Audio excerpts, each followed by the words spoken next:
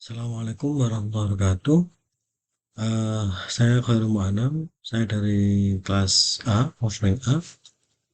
Dalam kesempatan kali ini, saya akan mereview buku yang sudah saya baca,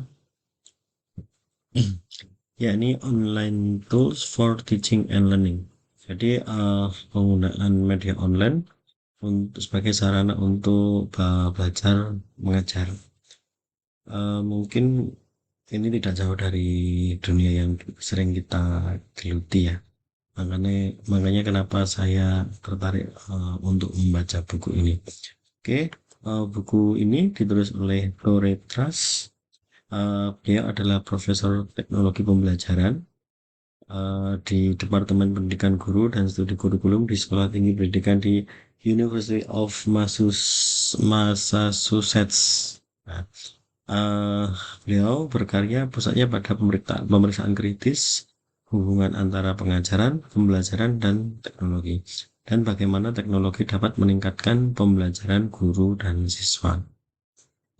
Eh, dari yang sudah saya baca, eh, fungsi atau tools yang berfungsi digunakan untuk belajar mengajar ini ada empat komponen penting ya.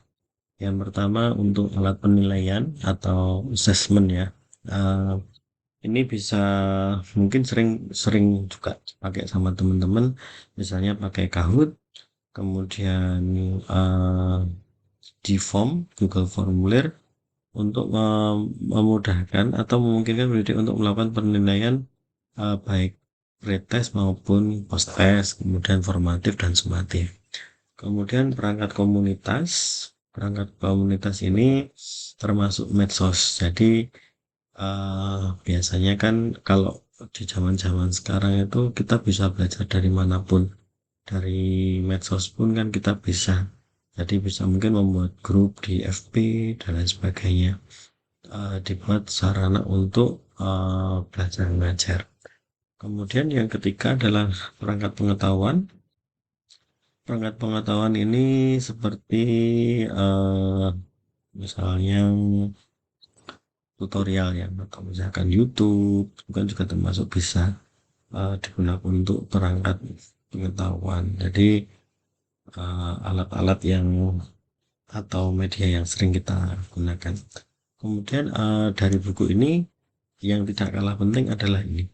Jadi berpusat pada peserta didik.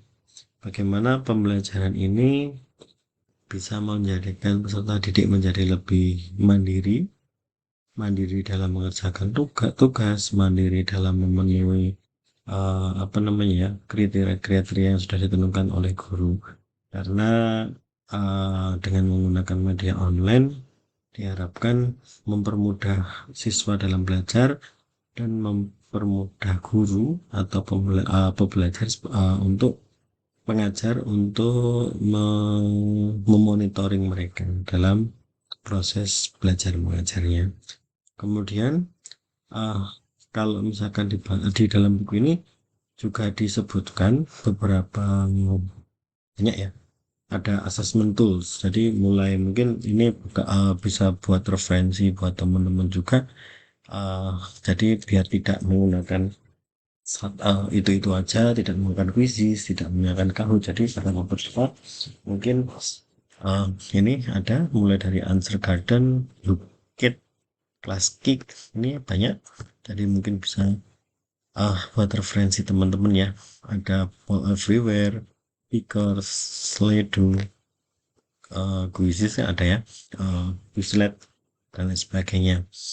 Harapannya dengan menggunakan media online yang sudah tersedia dan juga beberapa juga banyak yang free, memudahkan kita dalam menyampaikan materi.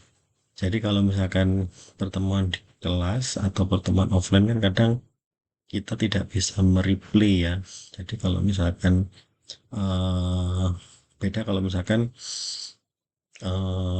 sumber itu sudah kita taruh di kita taruh online, misalkan kita taruh download di YouTube.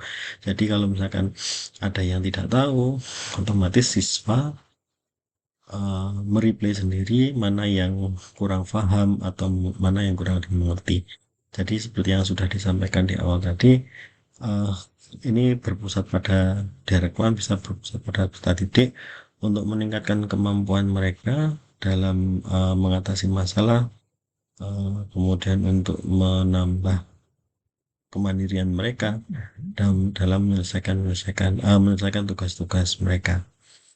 Eh, Mungkin itu yang bisa saya sampaikan. Kalau misalkan teman-teman kepingin membaca secara keseluruhan, membaca secara detail, bisa dibaca buku ini ya, Online Tools for Teaching and Learning, karyanya Tore Trust.